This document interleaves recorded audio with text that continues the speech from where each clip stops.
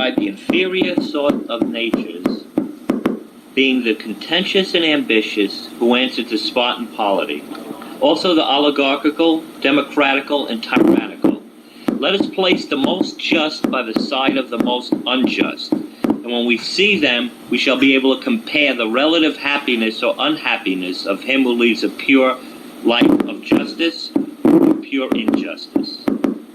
The inquiry will then be completed, and we shall know whether we ought to pursue injustice, as Thrasymachus advises, or in accordance with the conclusions of the argument to prove justice. We shall follow our old plan, which we adopted with a view of clearness, of taking the state first and then proceeding to the individual, and begin with the government of honor. I know of no name for such a government other than timocracy, or perhaps timarchy. We will compare with this the like character in the individual, and after that consider oligarchy and the oligarchical man. And then again we will turn our attention to democracy and a democratical man. And lastly, we will go to the view, the city of tyranny, and once more take a look into the tyrant's soul and try to arrive at a satisfactory decision. Let us inquire how timocracy, the government of honor, arises out of aristocracy, the government of the best. Clearly, all political changes originate in divisions of the actual governing power. A government which is united, however small, cannot be moved. Very true. Will our city be moved, and in what manner will the two classes of auxiliaries and the rulers disagree among themselves or with one another?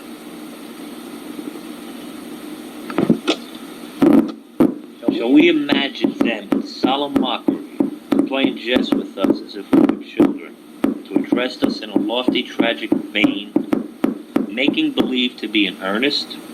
How would they address us? After this, a city which is thus constituted can hardly be shaken, but, seeing that everything which has a beginning also has an end, even a constitution, such as ours, will not last forever, will in time be dissolved. And this is the dissolution. In plants that grow on the earth, as well as in animals that move on the earth's surface, fertility and sterility of soul and body occur when the circumferences of the circles of each are complete, which short-lived existences pass over a short space, and in long ones over a long space. But to the knowledge of human fecundity and sterility, all the wisdom and education of your rulers will not attain. The laws which regulate them will not be discovered by an intelligence which is alloyed with sense, but will escape them, and they will bring children into the world when they ought not. Aristocracy. Very true. Such will be the change, and after the change has been made, how will they proceed? Clearly, the new state, being in a mean between oligarchy and the perfect state, will partly follow one and partly follow the other, and will also have peculiarities. And the honor given to rulers and the abstinence of the warrior class from agriculture, handicrafts, and trade in general, and the institution of common meals, and any attention paid to gymnastics and military training. In all these respects, this state will resemble the former. But in the fear of admitting philosophers to power, because they are no longer to be had simple and earnest, but are made up of mixed elements, and turning from them to passionate and less complex characters, who are by nature fitted for war rather than peace, and in the value set by them upon military stratagems and contrivances, and in the waging of everlasting wars. This state will be, for the most part, peculiar. Yes. And men of this stamp will be covetous of money, like those who live in oligarchies. They will have a fierce secret longing after gold and silver, which they will hoard in dark places, having magazines and treasuries of their own for the deposit and concealment of them. Also castles which are just nests for their eggs, and in which they will spend large sums of money on their wives and on any others whom they please. That is most true. And they are miserly because they have no means of openly acquiring the money which they promise. They will spend that which is another man's on the gratification of their desires, stealing their pleasures and running away like children from the law. Their father they have been schooled, not by gentle influences, but by force. They have neglected her who is the true muse, the companion of reason and philosophy, and they have honored gymnastic more than music. Music implied is also poetry. Undoubtedly, the form of government which we are describing is a mixture of good and evil. Why? Where is the mixture? The one thing only is predominantly seen, the spirit of contention and ambition. And these are due to the prevalence of the passionate or spirited element. Assuredly. Such is the origin and such the character of this state, which has been described in outline only. The more perfect execution was not required, for a sketch is enough to show the type of the most perfectly just and most perfectly unjust. To go through all the states and all the characters of men, omitting none of them. Now what man answers to this form of government? How did he come into being, and what is he like? He should have been more of self-assertion and be less cultivated, and yet a friend of culture. He should be a good listener but no speaker. Such a person is apt to be rough with slaves, unlike the educated man, who is too proud for that. And he will be also courteous to free men and remarkably obedient to authority.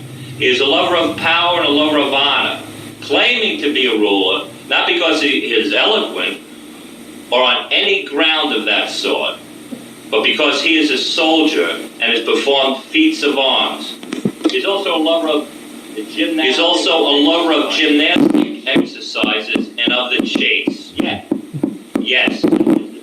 That is the type of character which answers to democracy. Such a one will despise riches only when he is young, but as he gets older, he will be more and more attracted to them, because he has a piece of that avaricious nature in him.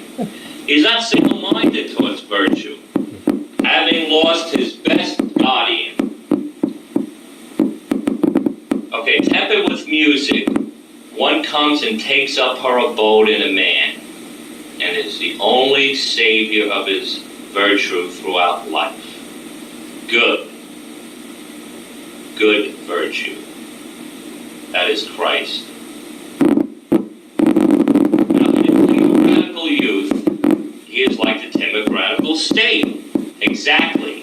His origin is as follows. He is often the young son of a brave father who dwells in an ill-governed city, of which he declines the honors and offices, and will not go to law or exert himself in any way, but he's ready to waive his rights in order that he may escape trouble. How does the son come into being?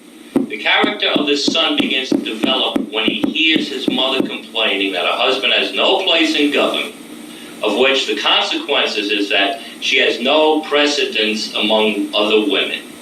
Further, when she sees her husband not very eager about money, but instead of battling and railing in the law courts or assembly, taking whatever happens to him quietly, and when she observes that his thoughts always center on himself, while he treats her with very considerable indifference, she is annoyed, and says to her son that his father is only half a man and far too easygoing, getting all the other complaints about her own ill treatment, which women are so fond of rehearsing. And you know, the old servants also, which is supposed to be attached to the family, from time to time talk privately in the same strain to the son. And as they see anyone who owes money to his father or is wronging him in any way, and he fails to prosecute them, they tell the youth that when he grows up, he must retaliate upon people of this sort, and be more of a man than his father. He has only to walk abroad and he hears and sees the same sort of thing. Those who do their own business in a city are called simpletons and held in no esteem, while the busybodies are honored and applauded. The result is that the young man hearing and seeing all these things, hearing too the words of his father and having a nearer view of his way of life, and making comparisons of him and others, is drawn opposite ways, while his father is watering and nourishing the rational principle in his soul. The others are encouraging the passionate and appetitive, and he is being not originally of a bad nature, but having kept bad company, is at last brought by their joint influence to a middle point, and gives up the kingdom which is within him to the middle principle of contentiousness and passion, and becomes arrogant and ambitious. This seems to be a perfect description of him. Secondly, the second form of government and the second type of character we have. Let's look at another man who also is set over against another state. Let's begin with the state. I believe that oligarchy follows next in order. And what manner of government do you term oligarchy? A government resting on a valuation of property, in which the rich have power and the poor man is deprived of it. Ought not we to begin by describing how the change from democracy to oligarchy arises? The accumulation of gold in the treasury of private individuals is the ruin of democracy. They invent illegal modes of expenditure. For what do they or their wives care about the law? Then one, seeing another grow rich, seeks to rival him, and thus the great masses of citizens become lovers of money. And so they grow richer and richer, and the more they think of making a fortune, the less they think of virtue. For when riches and virtue are placed together in the scales of the balance, the one always rises as the other falls. And in proportion as riches and rich men are honored in the state, virtue and the virtuous are dishonored. Clearly. And what is honored is cultivated. And that which has no honor is neglected. That is obvious. So at last, instead of loving contention and glory, men become lovers of trade and money. They honor and look up to the rich man and make him a ruler, and dishonor the poor man. They do so.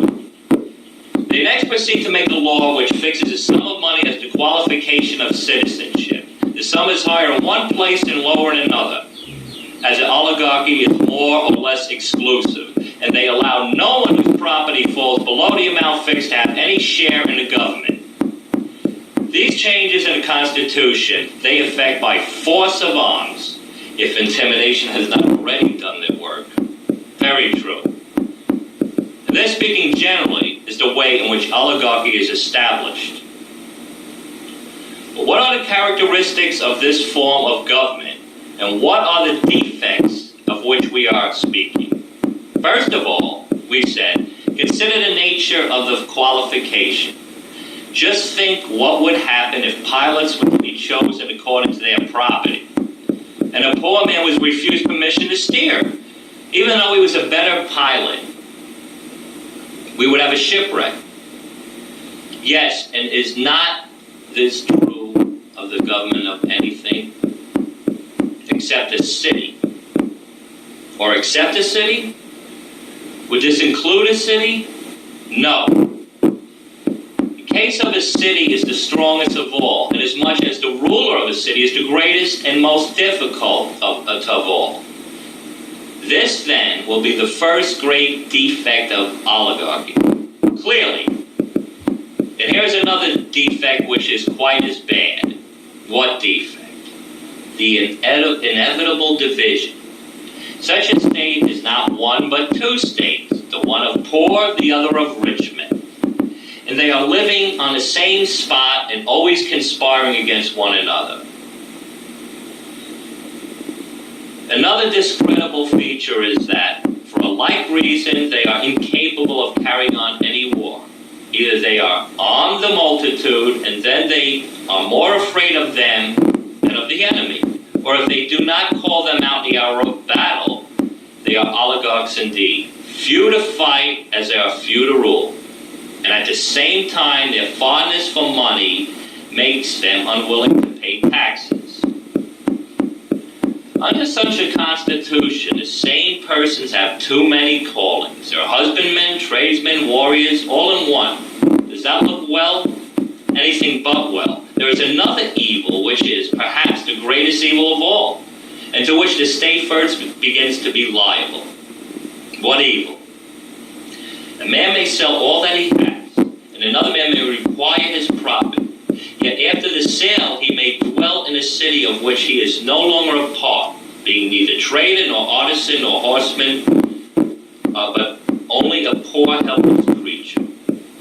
Yet that is an evil which also first begins in this state.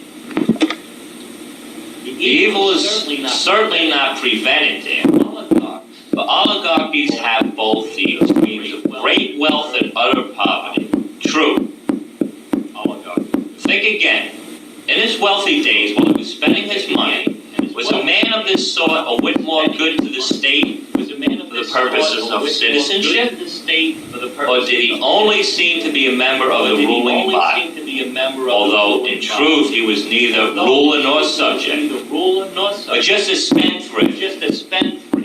He seemed to be a ruler, but was only a spendthrift. May we not say that this is the drone in the house who is like the drone in the honeycomb, and that the one is the plague of the city, as the other is of the hive?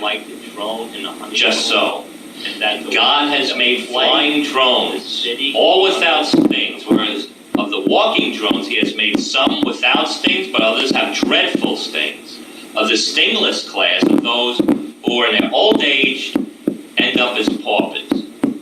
Of the stingers come all the criminal class, as they are termed. Clearly then, whenever you see paupers in a sting, somewhere in that neighborhood there are hidden away thieves and cut-purses and robbers of temples and all sorts of malefactors. Clearly. And in oligarchical states, do you not find paupers? Nearly everybody is a pauper who is not a ruler.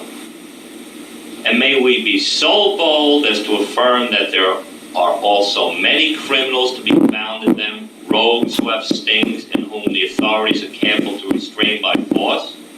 Certainly, we may be so bold. The existence of such persons is to be attributed to want of education, ill training, and an evil constitution of the state? True. Such then is the form and such are the evils of oligarchy. And there are many other evils, very likely, that oligarchy, or the form of government in which the rulers are elected for their wealth, may now be dismissed. Let us next proceed to consider the nature and origin of the individual who answers to this state. Does not the democratical man change into the oligarchical on this wise? How? The time arrives when the representative of democracy has a son. At first he begins by emulating his father and walking in his footsteps.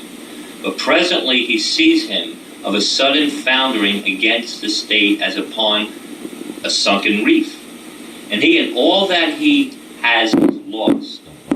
He may have been a general or some other high officer who is brought to trial under a prejudice raised by informers, and either put to death or exiled or deprived of the privileges of a citizen, and all his property taken from him. Nothing more likely. And the son has seen and known all this. He is a ruined man, and his fear has taught him to knock ambition and passion head foremost, and from his bosom throne. Humbled by poverty, he takes to money-making, and by mean and miserly savings and hard work gets a fortune together. Is not such a one likely to seek the concupiscent and covetous element on a vacant throne and to suffer to play the great king within himself? Most true. And when he has made reason and spirit sit down on the ground obediently on either side of their sovereign, and taught them to know their place, he compels the one to think only of how lesser sums may be turned into larger ones, and will not allow the other to worship and admire anything but riches and rich men, or to be ambitious of anything so much as the acquisition of wealth and a means of acquiring it. Of all changes, there is none so speedily or so sure as the conversion of the ambitious youth to the avaricious one. And the avaricious is the oligarchical youth. Yes, at any rate, the individual out of whom he came is like the state out of which oligarchy came. Let us consider whether there is any likeness between them.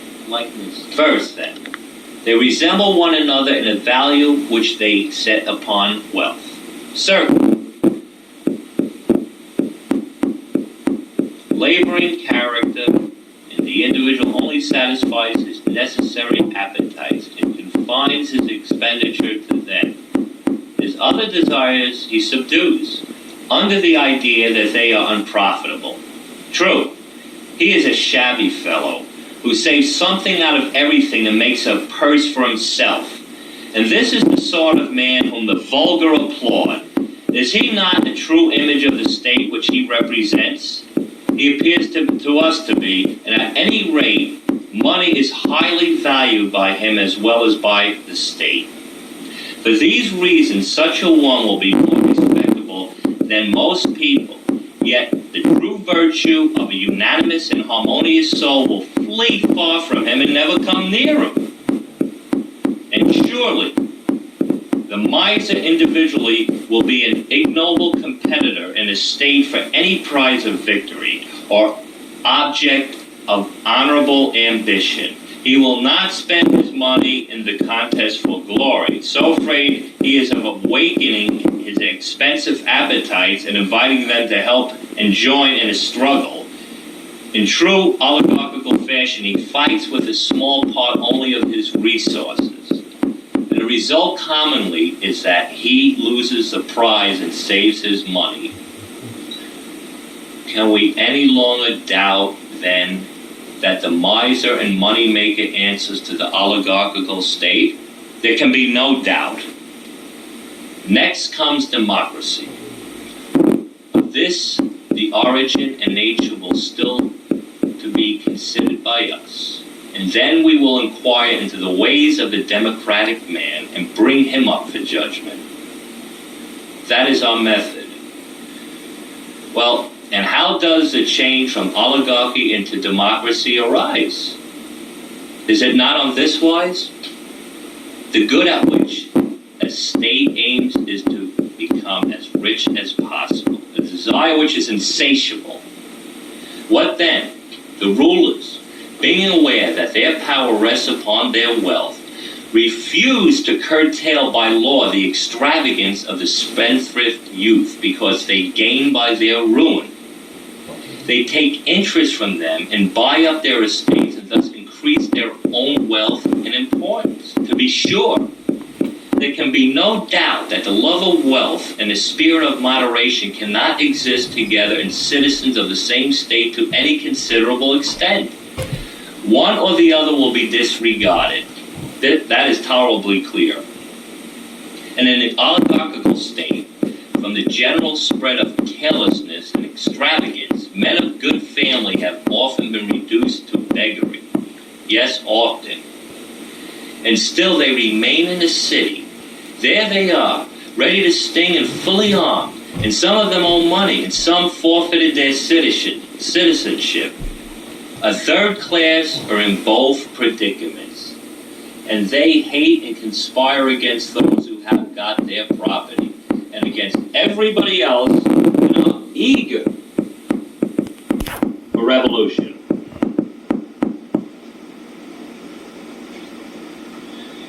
That is true. On the other hand, the men of business, stooping as they walk, and pretending not even to see those whom they have already ruined, insert their sting, that is their money, into someone else who is not on his guard against them, and recover the apparent sum many times over multiplied into a family of children, and so they make drone and pauper to abound in a state. Yes, there are plenty of them, that is certain. The evil blazes up like a fire, and they will not extinguish it, either by restricting a man's use of his property or by another remedy. What other? On which is the next best, and has the advantage of compelling the citizens to look to their characters. Let there be a general rule that everyone shall enter into voluntary contracts at his own risk, and there will be less of the scandalous money-making, and the evils of which we are speaking will be greatly lessened in a state. Yes, they will be greatly lessened. At present, the governors, induced by the motives which we have named, treat their subjects badly, while they and their adherents, especially the young men of the governing class, are habituated to lead a life of luxury and idleness, both of body and mind. They do nothing, and are incapable of resisting either pleasure or pain. Very true. They themselves care only for money-making. They are as indifferent as the pauper to the cultivation of virtue. Yes, quite as indifferent. Such is the state of affairs which prevails among them. And often rulers and their subjects may come into another's way, whether on a journey or on some other occasion of meeting, or a march, as fellow soldiers or fellow sailors. And they may observe the behavior of each other in the very moment of danger. From where danger is, there is no fear that the poor will be despised by the rich. And very likely, the wiry, sunburnt poor man may be placed in battle at the side of a wealthy one who has never spoiled his complexion, has plenty of superfluous flesh. When he sees such a one puffing at his wit's end, how can he avoid drawing the conclusion that men like him are only rich because no one has the courage to despoil him? When they meet in private, will not people be saying one to another, "Our warriors are good, not for much"? Yes, we are quite aware that that is their way of talking. As in a body which is diseased, the addition of a touch from without may bring on illness. And sometimes even when there is no external provocation, a commotion may arise within. In the same way, wherever there is a weakness in a state, there is also likely to be illness, of which the occasion may be very slight, the one party introducing from without their oligarchical, and the other their democratical allies, and then the state falls sick, and is at war with herself, and may be at times distracted, even when there is no external cause. Sure. Then democracy comes into being after the poor have conquered their opponents, slaughtering some and banishing some, while to the remainder they give an equal share of freedom and power. And this is the form of government in which magistrates are commonly elected by lot. Yes, that is the nature of democracy. Whether a revolution has affected by arms, or whether fear has caused the opposite party to withdraw.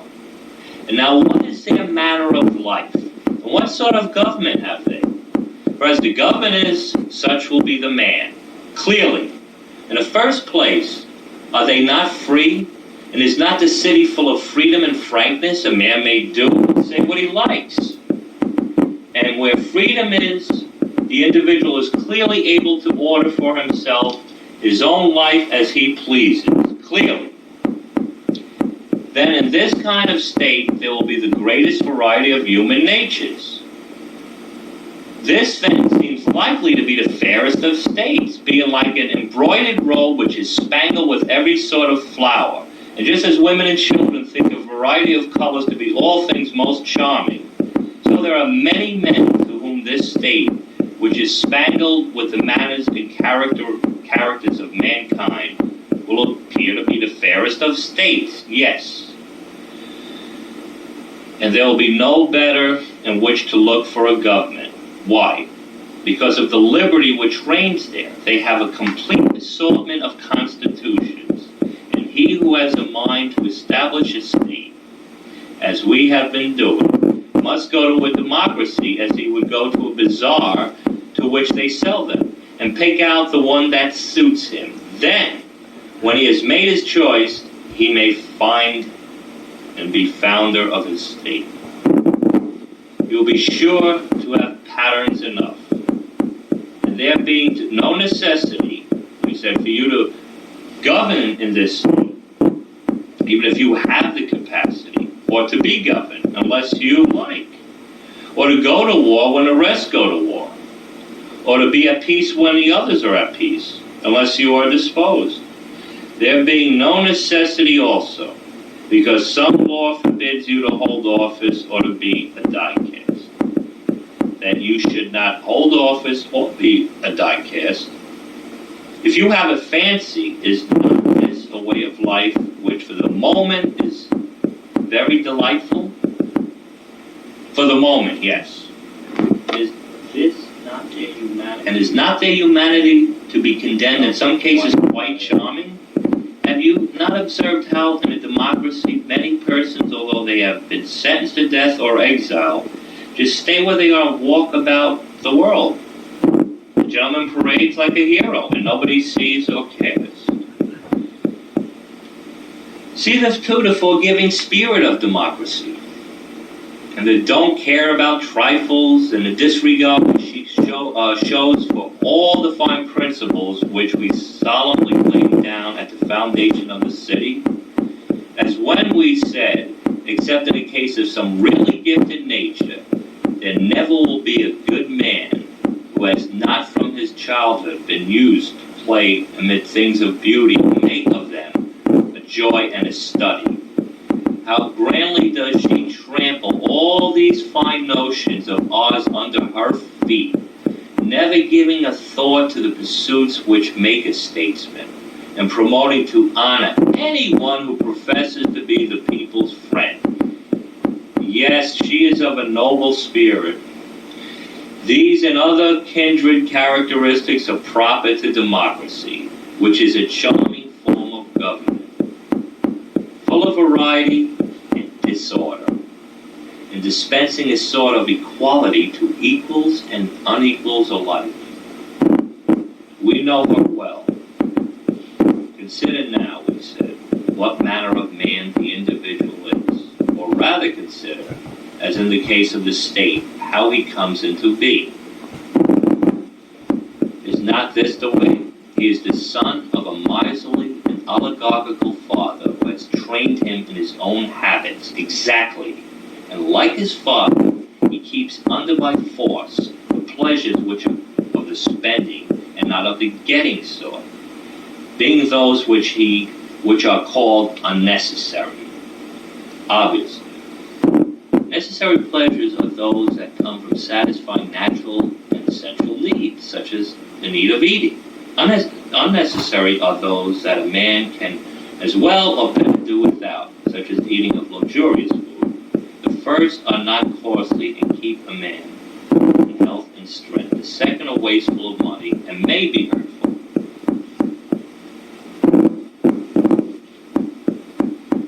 When a young man who has been brought up, as we were just now describing, in a vulgar and miserly way, has tasted drone's honey and has come to associate with fierce and crafty natures who are able to provide him all sorts of refinements and varieties of pleasure, then, as you may imagine, the change will begin of the oligarchical principle within him into a democratical, inevitably.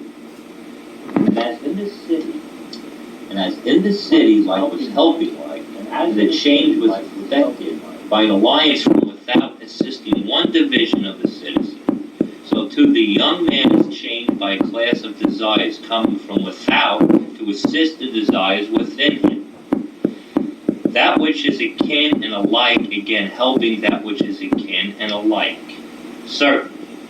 And if there be any ally which aids the oligarchical principle within him, whether the influence of a father or of a kindred, advising or rebuking him, then there arises in his soul a faction, and an opposite faction, and he goes to war with himself. It must be so. And there are times when a democratical principle gives way to the oligarchical, and some of his desires die, and the others are banished. The spirit of reverence enters into the young man's soul, and order is restored. That sometimes happens. And then again, after the old desires have been driven out, fresh ones spring up, which are akin to them. And because he, their father, does not know how to educate them, wax fierce and numerous. This is absolutely the way. They draw him as to his old associates, and holding secret intercourse with them, breed and multiply in him. Very true. At length they seize upon a citadel of the young man's soul, which they perceive to be void of all accomplishments and fair pursuits and true words, which make their abode in the minds of men who are dear to the gods, and are their best guardians and sentinels. False and boastful conceits and phrases mount upward and take their place. They are certain to do so. And so the young man returns into the country of the lotus eaters and takes up his dwelling place there in the face of all men. And if any be sent by his friend to the oligarchical part of him, the aforesaid vain conceits shut the gate of the king's fastness, and they will neither allow the embassy itself to enter, nor private advisers offer to the fatherly counsel of the aged. Will they listen to them or receive them? There is a battle, and they gain the day. And then modesty, which is they call silliness, ignominiously thrust into exile by them. And temperance, which they call unmanliness, is trampled in the mire and cast forth. They persuade men that moderation and orderly expenditure are vulgarity and meanness. And so, by the help of a rabble of evil appetites, they drive them beyond the border, yes, with a will. When they have emptied and swept clean the soul of him who is now in their power, and who is being initiated by them in great mysteries, the next thing is to bring back to their house insolence and anarchy, and waste and impudence in bright array, having garlands on their heads, and a great company with them, hymning their praises and calling them by sweet names. Insolence they term breeding, and anarchy liberty, and waste magnificence and impudence courage. And so the young man passes out of his original nature, which was trained in a school of necessity, into the freedom and libertinism of useless and unnecessary pleasures. The change in him is visible enough. After this he lives on, spending his money and labor and time on unnecessary pleasures quite as much as on the necessary ones. But if he be fortunate, and is not too much disordered in his wits, when years have elapsed, and the heyday of his passion is over, supposing that he then readmits into the city some part of the exiled virtues, and does not wholly give himself up to their successes, in that case he balances his pleasures and lives in a sort of equilibrium, putting the government of himself into the hands of the one which comes first and wins the turn. And when he has had enough of that, then into the hands of another. He despises none of them, but encourages them all equally. Very true. Neither does he receive or let pass into the fortress any true word of advice. For if anyone says to him that some pleasures are of satisfaction, and of good and noble desires, and other of evil desires, and that he ought to use and honor some, and chastise and master the others, Whenever this is repeated, he shakes his head and says that they are all alike and that one is as good as another. Yes, that is the way with him. Yes, we said, he lives from day to day indulging the appetite of the hour, and sometimes he is lapped in drink and strains of the flute. Then he becomes a water drink and tries to get thin. Then he takes a turn at gymnastics, sometimes idling and neglecting everything. Then once more having a life of a philosopher. Often he is busy with politics. He starts to his feet and says and does whatever comes into his head. And if he is emulous of anyone who is a warrior, off he is in that direction, or of men of business, once more in that. His life has neither law nor order. And this distracted existence he terms joy and bliss and freedom. And so he goes on. He is all liberty and equality. His life is motley and manifold, an epitome of the lives of many. This to the state which we describe as fair and spangled, and many a man and many a woman will take him for their pattern, and many a constitution, many example of manners is contained in it. Just so. Let him then be set over against democracy. He may truly be called a democratic man. Let that be his place. Last of all comes the most beautiful of all, man and state alike, tyranny and a tyrant. These we have now to consider. In what manner does tyranny arise? It has a democratic origin, is evident, clearly. And does not tyranny spring from democracy in the same manner as democracy from oligarchy? We mean after a sort. How? The good which oligarchy proposed to itself and the means by which it was maintained was excess of wealth. Are we not right? The insatiable desire of wealth and the neglect of all other things for the sake of money getting was also the ruin of oligarchy. And democracy has her own good, of which the insatiable desire brings her to the solution. What good? Freedom, we reply, which, as they tell you in a democracy, is the glory of the state. That therefore, in a democracy alone will the free men of nation deem to dwell. The saying is in everybody's mouth. To observe that the insatiable desire of this and the neglect of other things introduces the change in democracy, which occasions a demand for tyranny. How so? When a democracy which is thirsting for freedom has evil cupbearers presiding over the feast and has drunk too deeply of the strong wine of freedom, then, unless her rulers are very amiable and give a plentiful draught, she calls them to account and punishes them, and says they are cursed oligarchs. Yes, a very common occurrence. The loyal citizens are insultingly turned by her slaves who hug their chains and men of note. She would have subjects who are like rulers and rulers who are like subjects. These are men after her own heart, whom she praises and honors, both in private and public. Now, in such a state, can liberty have any limit? Certainly not. By degrees of anarchy finds a way into private houses and ends up getting among the animals and infecting them. What do we mean? We mean that the father grows accustomed to descend to the level of his sons and to fear them. And the son is on a level with his father. He having no respect or reverence for either of his parents, and this is his freedom. And is Dometic and is equal with the citizens, and the citizens with the Dometic. And the stranger is quite as good as either. Yes, that is the way. And these are not the only evils, we said. There are several lesser ones.